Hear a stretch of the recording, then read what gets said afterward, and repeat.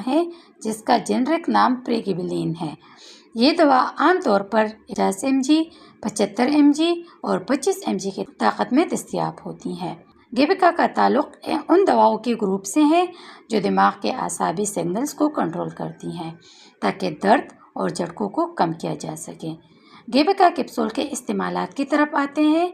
ये दवा कई बीमारियों में इस्तेमाल की जाती है, जैसे कि न्यूरोपैथिक दर्द के लिए यूज़ होती है, शुगर के मरीज़ों को जो जलने या सुन्न होने वाला दर्द होता है उसके लिए यूज़ होती है, एपिलेप्सी में यूज़ किया जाता है, एंजाइटी डिसऑर्डर्स के लिए यूज़ की जाती है।